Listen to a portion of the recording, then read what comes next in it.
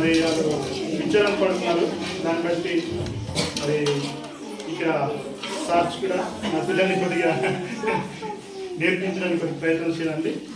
ఎందుకంటే మేము అక్కడికి పిల్లలు అక్కడ వెళ్ళిన తర్వాత 10th క్లాస్ వరకు వెళ్ళిన తర్వాత చాలా ఇబ్బంది పడుతున్నారు అని చెప్పి మేము కూడా మనం చేస్తాం.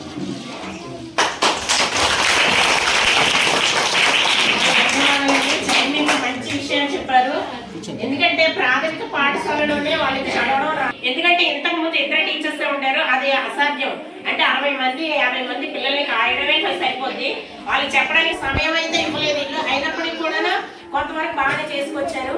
మీ అదృష్టం కొద్ది ఇక్కడ ఆదర్శ పాఠశాల వచ్చింది కనుక 5 క్లాసులకి 5 మంది టీచర్స్ ఉన్నాం కనుక మీ పిల్లల చదువు ఇప్పటి నుంచి చాలా బాగుంటుందని నేను హామీ ఇస్తున్నాను. సార్ చెప్పినట్టుగా మా పిల్లల్ని జాగ్రత్తగా చూడండి, బాగా చెప్పండి అని అంటున్నారు కనుక సార్ మాటలే కాదు, మాకు ప్రభుత్వం మీ పిల్లల్ని ఉద్దేశించే మమ్మల్ని ఇక్కడ పంపించింది కనుక మీ పిల్లలకి విద్యను అందించడానికి మేము వచ్చాము. మా సాయ శక్తిలో మేము కాకుండా మా పిల్లలు కూడా చదువుకోవాలని అవకాశం ఉంటుంది. స్కూల్ బిల్డింగ్ అయితే మనకు కావాలి. ఈ రేపు షెడ్యూల్ అయితే మాకు చెప్పలేరు కూడా.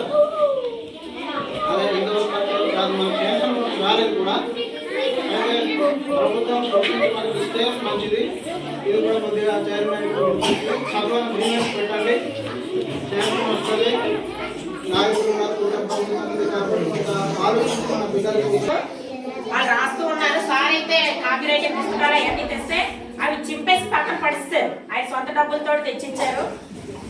సారాలు కూడా రోజు హోంవర్క్ ఇస్తున్నారు. కానీ హోంవర్క్ ఇవ్వడం అంటే అన్ని పుస్తకం మీద రాయలే కదా, చదువుకోరండి రాసుకోరండి అని చెప్తాం మేము. కానీ ఆ విషయాలు మీకు ఇంటి దగ్గర చెప్పట్లేదు పిల్లలు. అది కూడా పిల్లలు ఈ రోజు ఏమి ఇచ్చారో అనేసి మీరు ఒకసారి కనుక్కోండి సార్. అయితే పిల్లల్లో కొన్ని రకాల పిల్లలు ఉంటారు. ఒక పిల్లలు ఒకసారి చెప్తేనే నేర్చుకుంటాడు, ఇంకో పిల్లలు 2 సార్లు చెప్తే నేర్చుకుంటాడు, ఇంకో పిల్లలు 3 సార్లు చెప్తే నేర్చుకుంటాడు. దీని కారణంగా గవర్నమెంట్ మనకు ఎఫ్ఎల్ఎల్ అని, తర్వాత జనరల్ అని, తర్వాత ఈ రకరకాల కార్యక్రమాలు ట్రైనింగ్ ఇస్తూ ఉంది. దాని ప్రకారంగా మన పిల్లలను బోధించడం అనేది జరుగుతుంది. అయితే కొంతమంది పిల్లలు చదువుకోవాలంటూ వెంటనే పట్టుకోలేకపోతున్నారు. అలాంటి పిల్లలకు మేము ఏం చేస్తున్నాం అంటే 2 గ్రూపులుగా డివైడ్ చేస్తున్నాం.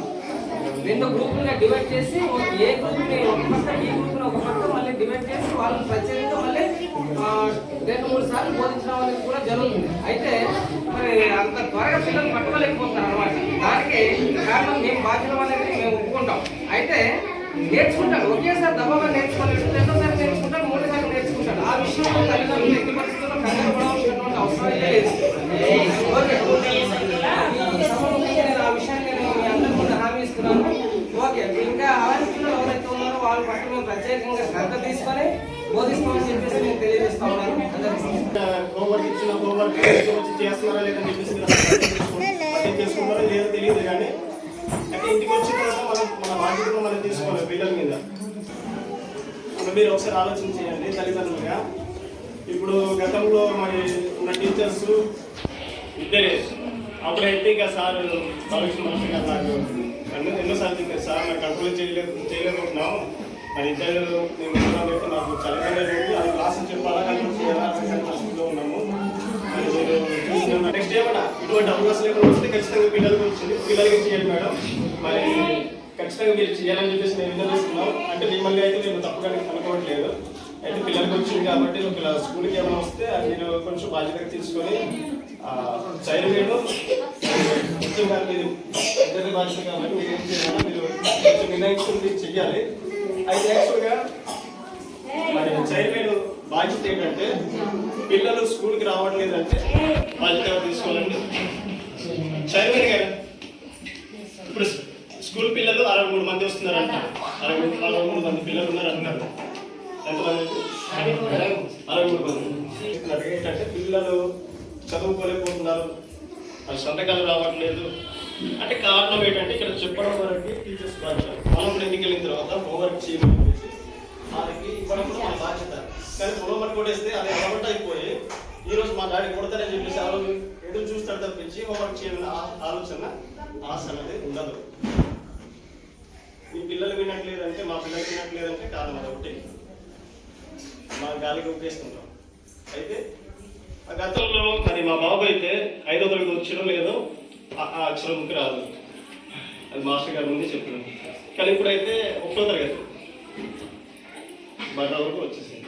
అంటే ఇప్పుడు క్లాస్కి ఇప్పుడు చూసైనా రాయగలుగుతుంది కానీ చూడకుండా కాస్త చూసైనా రాయగలుగుతుంది కానీ మామూలుగా అయితే కొంత మార్పు వచ్చిందని చెప్పేసి నేనైతే నమ్ముతున్నాను. అయితే మనం కూడా మన పిల్లల్ని బాధ్యతగా మనం స్కూల్కి పంపించే విధానం ఏ విధంగా పంపించాలి. మీరు స్కూల్కి వెళ్ళిన తర్వాత పలానా వాడికి నోట్స్ తీసుకోకూడదు, పెన్ను తీసుకోకూడదు, స్కేల్ తీసుకోకూడదు, ఏది కూడా తీసుకోవద్దు. వాళ్ళే ఒకటి కావాలనుకుంటే అడిగి తీసుకుంటామా అని చెప్పేసి ఇలా కొన్ని విద్య బుద్ధులు మనం నేర్పించాలి. మనం అయ్యే పట్టింపు చేసుకోము. అలాంటప్పుడు మన పిల్లలు మన మాట వింటారంటే మనం ఎలా నమ్ముతుందండి కదండి. ఖచ్చితమైన మాట చెప్తానండి. ఇప్పుడు మీరు చెప్పడం వల్ల మీరు బాధిస్తారు. మరి ఇంట్లో ఎన్ని తర్వాత మీ బాధిస్తారు, పట్టణానికి తర్వాత బాధిస్తారండి. అలాగే మరి స్కూలు విడిచి బయటకు వెళ్ళిన తర్వాత మనం కూడా మన పిల్లల్ని కొంచెం జాగ్రత్త చూసుకున్నాం. పంపించేటప్పుడు మీరు కొంచెం జాగ్రత్త చేసి పంపించాలమ్మా. మా బాధ ఒకటే మేడం, ఇప్పుడు ఇక్కడ చదువుకుని వెళ్ళిపోతున్నా బయట స్కూల్ వెళ్ళినప్పుడు ఏ మార్క్ వచ్చేస్తుంది అది రాకూడదని మా బాధ అనమాట. చాలా వరకు చెప్తున్నారు. ఇప్పుడు బాగా చెప్పాడు ఇందాకే మన అబ్బాయికి ముందు ఇప్పుడు 5వ క్లాస్ చదివినప్పుడు 7 రాదంట. అక్కడ వెళ్ళాక బట్టగా రాస్తున్నామంటే అప్పుడు ఎలా ఉంది అక్కడ, ఇక్కడ వాతావరణం ఎలా ఉంది, బయట వెళ్ళినప్పుడు అక్కడ సిచ్యువేషన్ ఎలా ఉంది, ఒకసారి డిఫరెంట్ వచ్చింది కదా. ఇక్కడ మా లోపం ఇక్కడ తల్లిదండ్రులు ఉన్నారని వీళ్ళు కూడా ధైర్యం అయిపోతుంటారు, అంటే నెగ్లెక్ట్ చేస్తారు, ఇటు అటు అలవాటు అయిపోతారు. అంటే ఒకటే అండి, తల్లిదండ్రులుగా ప్రతి క్లాస్కి ఒక్కొక్క టీచర్ ఉన్నారు. 1వ తరగతికి ఒక మాస్టర్ ఉన్నారు, 2వ తరగతికి ఒక మాస్టర్. అప్పుడులాగా అందరం కలిపి ఒకరే కాదు ఇద్దరే కాదు, ఒక్కొక్క క్లాస్కి ఒక్కొక్క టీచర్స్ ఉన్నారు. కాబట్టి మనం కూడా కొంచెం ఇంట్రెస్ట్గా పంపిస్తే బాబు మీరు వెళ్ళండి, వెళ్ళి వచ్చిన తర్వాత నేను ఖచ్చితంగా ఇది చేసి పెడతాను, అది చేసి పెడతానని చెప్పేసి మనం చెప్తే ఎందుకున్నారు మన మాట కదా, ఎందుకున్నారండి. తల్లిగా తండ్రిగా మన మాట విన్నారా? ఇప్పుడు చిన్నప్పుడే మనం అలాగే మంచి బుద్ధులు నేర్పించకపోతే, విద్యా బుద్ధులు నేర్పించకపోతే మరి పెద్దవారైనప్పుడు చెప్పగలమా? అది దిగినా దిగిపోతే కానీ బాగానే దొరకదు. కాబట్టి ఏ క్లాస్కి ఆ క్లాస్కి టీచర్స్ ఉన్నారు కాబట్టి మనం కూడా బాధ్యతగా పంపిద్దాం.